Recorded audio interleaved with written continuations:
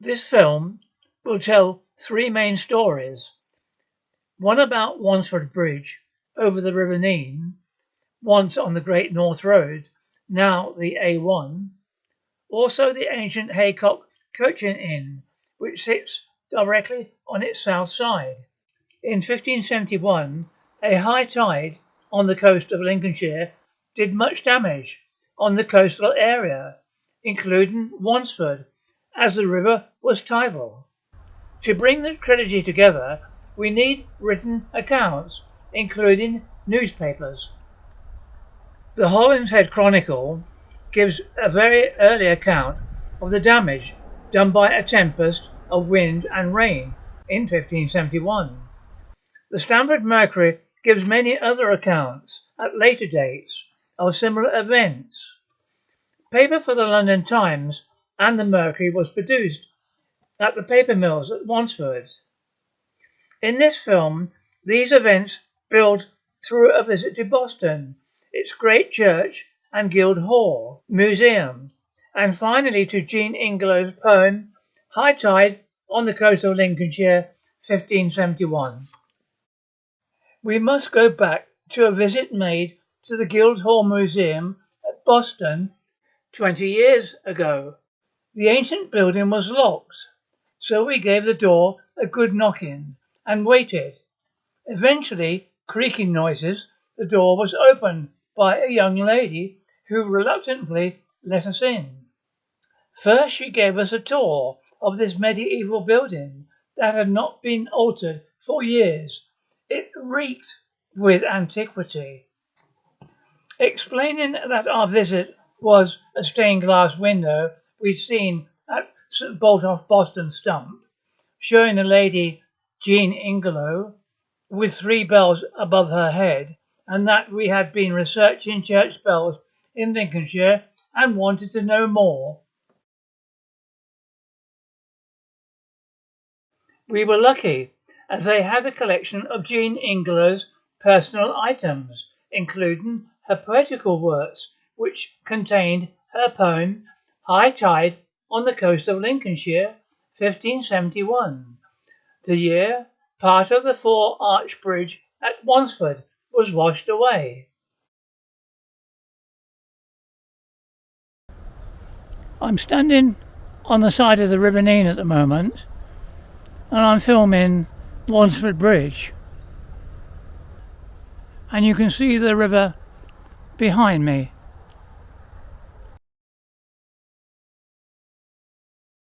Under normal conditions, just the main arch is used, and there are 13 of them. The river is prone to flooding, and at times water flows through at least 6.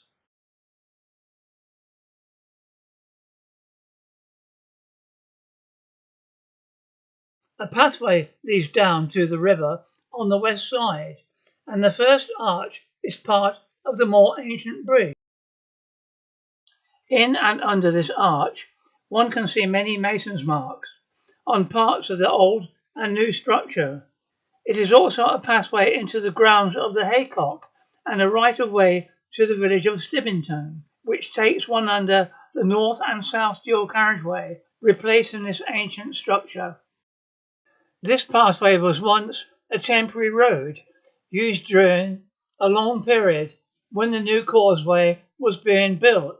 Directly ahead on the opposite bank is a support for what may have been a wooden bridge, now covered with bushes.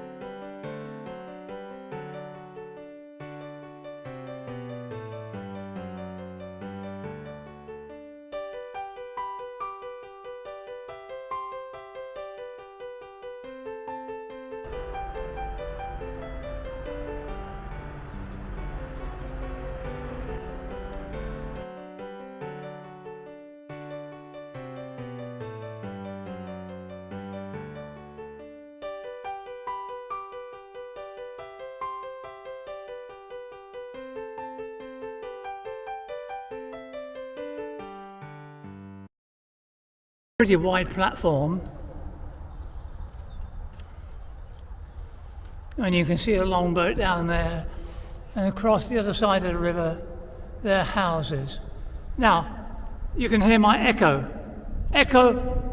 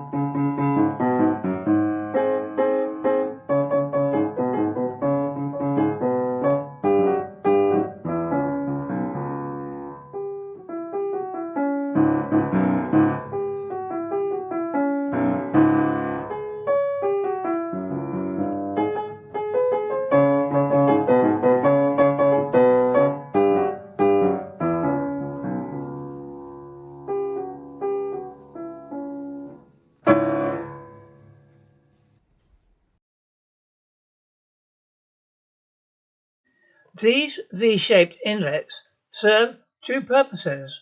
One, people on foot can step in, away from traffic. They are also cut or breakwaters. When the tide came in or out, sometimes very fast, with great pressure, the water swept around them like a boat, which saved damage to the structure.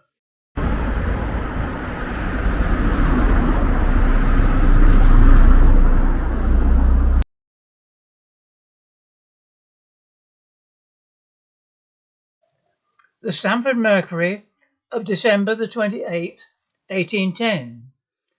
Not since the year 1807 has so great a flood been known in this part of the kingdom.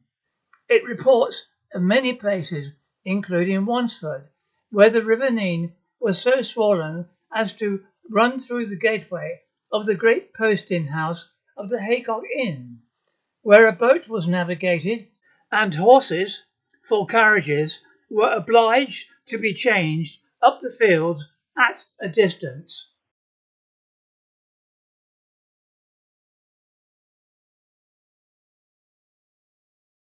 There has been a painting above the entrance of the Haycock Inn for many years, showing a young man called Barnaby. The story of his adventure has been published in early newspapers many times, and the content varies. Inside what is now called the Haycock Hotel is a wonderful painting, including an explanation. In brief, it tells how Barnaby, fleeing the plague, set out upon the Great North Road. At length he came near this place, and refreshed himself too well. Sleeping on a haycock on the bank of the adjacent river, which was tidal, he was washed onto a breakwater of the bridge. With the impact he awoke. Looking upwards at people on the bridge, he shouted, "Where am I?" "Wansford," they replied. "Wansford where?" he replied. "Wansford in England." And so arose the local saying, "Wansford in England." Usually, a coach entered the Haycock Inn through the rear entrance, offloading passengers and luggage, and possibly a change of horses. Lamps were removed by the lampman. When the coach was ready to continue its journey, it stood under the front arch. Passengers alighted, and the lamps, which had been serviced, refitted, and with the post horn sounding, on their way.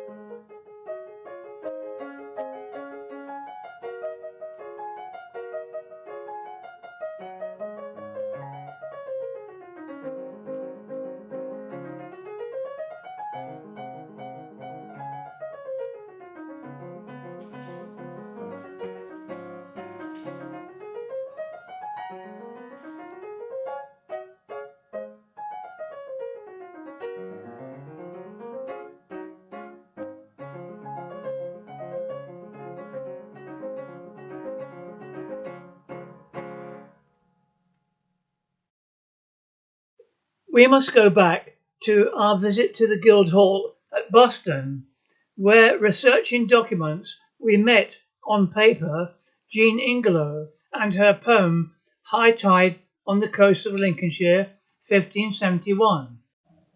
Hollingshead Chronicle, 1571.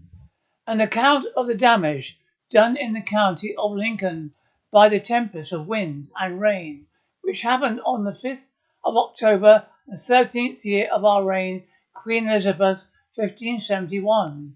Between Boston and Newcastle were 60 sea vessels and small ships and cranes and such like, which were all lost, to the utter undoing of many a man, and great lamentation of old and young. On Wansford Bridge, in a cutwater breakwater inlet, is a stone taken from the more ancient four-arch bridge. It is inscribed PM 1577, a very similar date to that of the poem. It is possible that the old bridge was badly damaged. On the same cutwater, but looking over the bridge, is an inscription stating that it was repaired in 1674.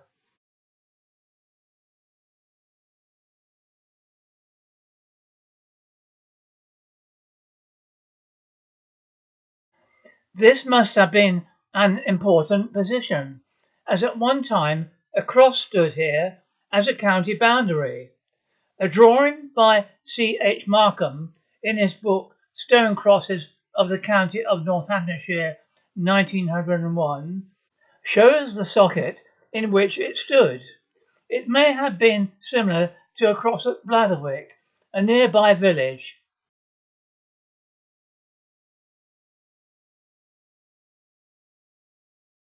If it was not for the Stamford Post and then the Stamford Mercury, it is likely we would not have heard or read about great tragedies in this country.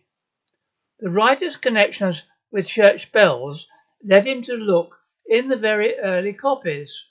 In 1712 and 1716, Henry Penn, a Peterborough bell founder, places an advert.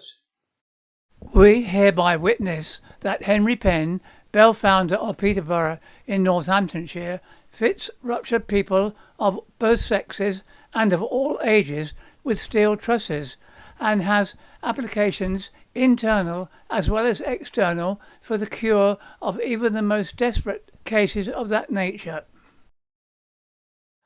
From the start of this Chapel House film, it comes to light the writer and his wife Anne live in the building shown. Paper for the Stamford Mercury and London Times was produced very nearby. About 50 women and 20 men were employed as rag cutters, the basic material for high quality paper, which was also sold to other newspaper publishers. The barracks and associated buildings were in a walled enclosure, which included a chapel and 2 shops, all which remain today.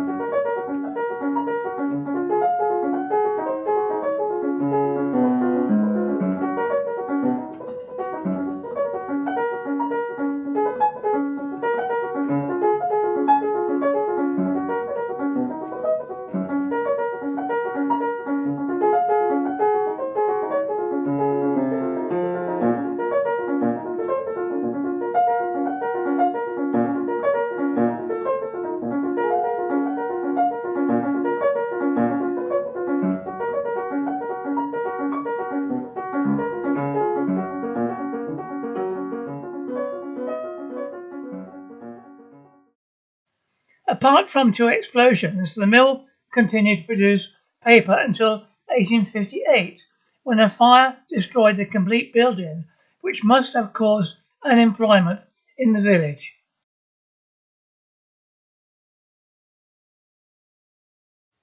Walking through this first small arch of Wansford Bridge brings thoughts about Jean Ingelow. She did not have the luxury of a camera to show how tidal river washed up soil against the bridge. A high tide on the coast of Lincolnshire must have been difficult to research. Her father was a banker, and they lived in a large house in Boston, and she must have had a great imagination to create such a descriptive poem. St. Michael Church, Mavis Enderby, has 3 bells depicted in the window above her head. They must have been the bells of Enderby, and also her bride's. They would have rung for tempests, as at St. Boltos, Boston, and all the other churches in this large area. Jean had been recommended for the post of Poet Laureate, but Queen Victoria objected on the grounds of gender. The writer and his wife Anne were visiting St. Andrew's Church, Butterwick, on the northeast coast, just above Boston. Henry Penn, Peterborough bell founder, had cast 5 bells for the church in 1714. His visit was to look at the bells. All 5 remain today. A group of villagers gathered in the church, and stories were exchanged. One such story related to the vicar of the church, who, sometime in the late 18th century, rang a bell to warn off a ship that was foundering during a very high tide. The water was up to his knees. Today the sea is over 2 miles away and not in sight from the church.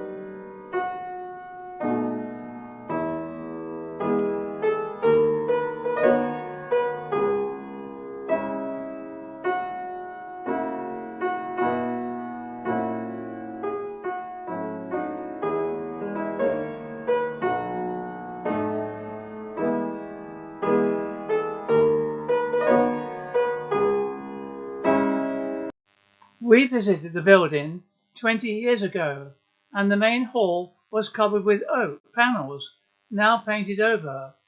Just a few details from historical accounts. St Mary's Guild in Boston was founded as a merchant guild by a group of individuals in 1260. The Guildhall, based on evidence from Danish chronology, was built in 1390, just 2 years before incorporation of the guild, and probably in anticipation of that event. The guild became wealthy as a result of extensive gifts received in the 14th and 15th centuries. An inventory shows that it held various items of gold, silver and gilt, as well as sacred relics. As a result of the dissolution of the chantries and religious guilds imposed by King Edward VI, the guild was confiscated by the Crown and passed to the Boston Corporation in 1555. In autumn 1607, a group of Puritans, led by William Brewster, now known as the Pilgrim Fathers, were brought before the magistrate in the Guildhall, accused of seeking to travel to Holland without the king's permission. They were discharged by the magistrates and lived in Boston for several months before reaching Holland the following year by another route. They later sailed from Plymouth in the Mayflower for the New World in 1620. As the building was increasingly used for civic purposes in the 18th century, ongoing changes were put in place, which removed or masked much of the building's medieval fabric.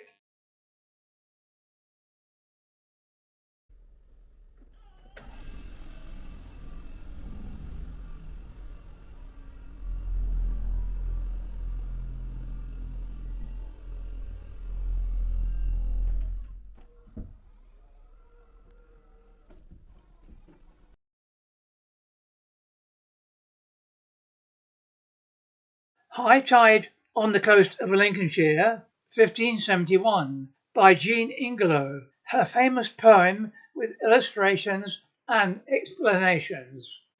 The image of Jean appears in a stained glass window in St Botolph, Boston. Her poem brings to light flooding in a large area, mainly along the east coast.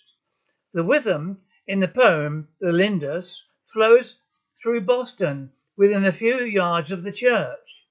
Bells, many of them, are said to be of Mavis Enderby, a high point in Lincolnshire. This means all the bells in the area.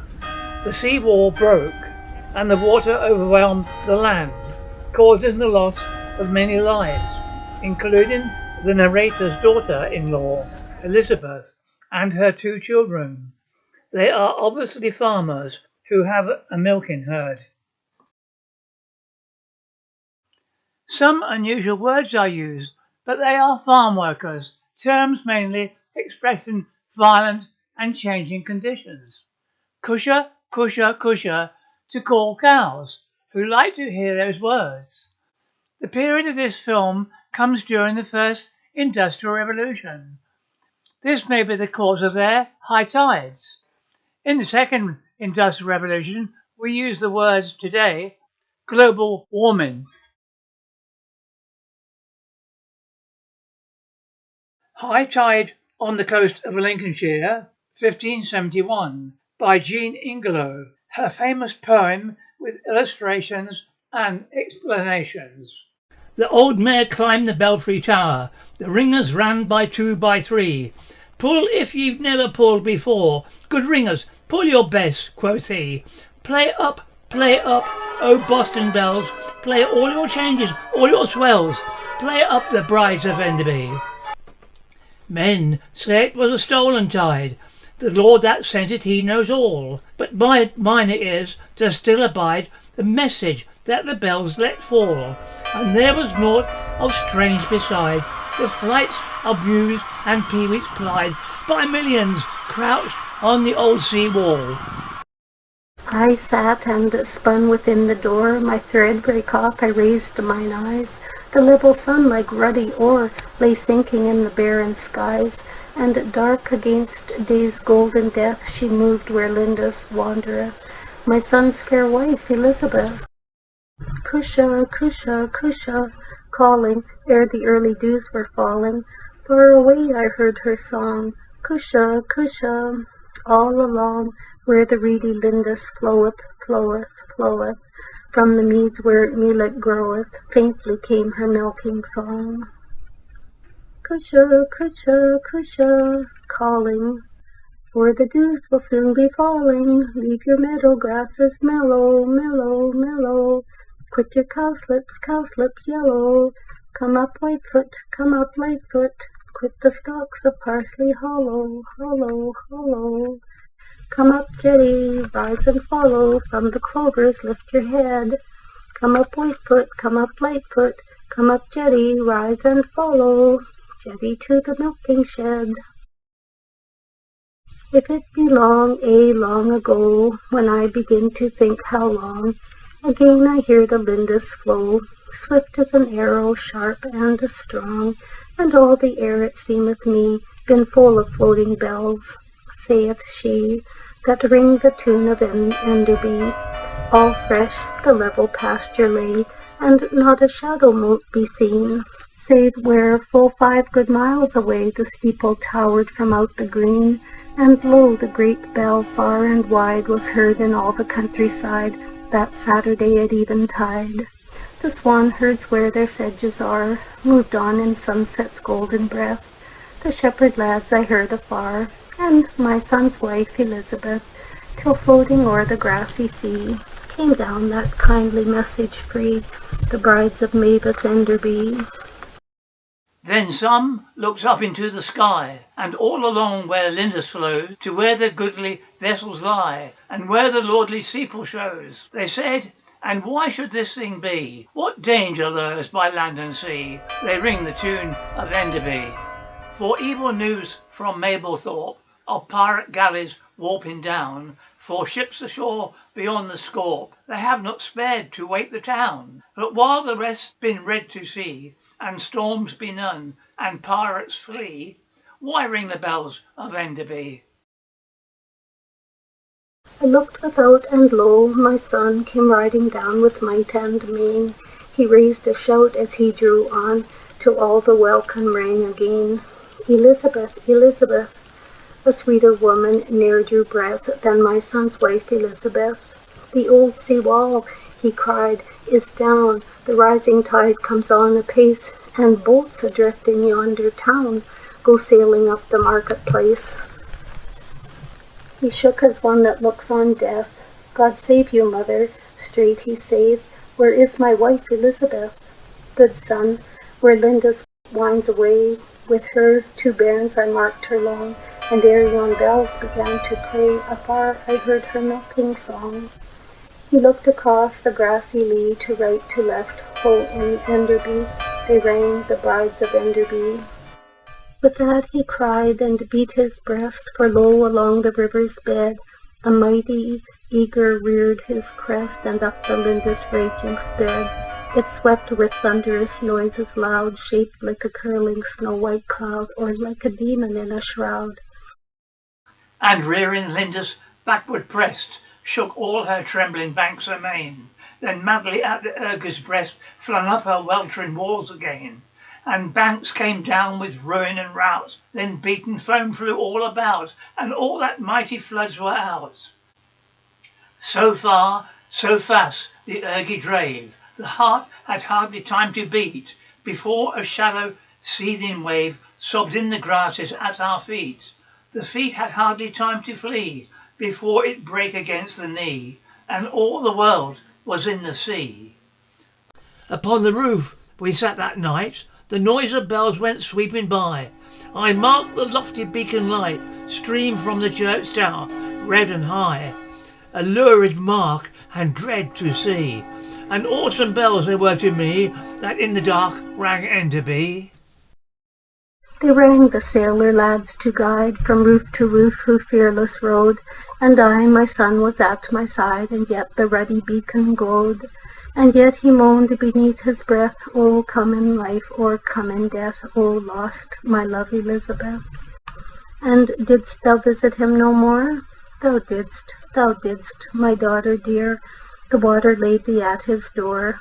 Ere yet the early dawn was clear, thy pretty bairns in fast embrace, the lifted sun shone on thy face, down drifted to thy dwelling place. That flow strewed wrecks about the grass, that ebb swept out the flocks to sea, a fatal ebb and flow, alas, to many more than mine and me. But each will mourn his own, she saith, and sweeter woman ne'er drew breath than my son's wife Elizabeth. I shall never hear her more by the reedy Lindis shore, Cusha, Cusha, Cusha, calling, ere the early dews be falling. I shall never hear her song, Cusha, Cusha, all along where the sunny Lindis floweth, goeth, floweth, from the meads where millet groweth, when the water winding down onward floweth to the town. I shall never see her more, where the reeds and rushes quiver, shiver, quiver, stand beside the sobbing river, sobbing, throbbing, in its falling to the sandy, lonesome shore. I shall never hear her calling, "Leave your meadow grasses mellow, mellow, mellow, quit your cowslips yellow. Come up, Whitefoot, come up, Lightfoot, quit your pipes of parsley hollow, hollow, hollow. Come up, Lightfoot, rise and follow, Lightfoot, Lightfoot, from your clovers lift the head. Come up, Jetty, follow, follow, Jetty to the milking shed."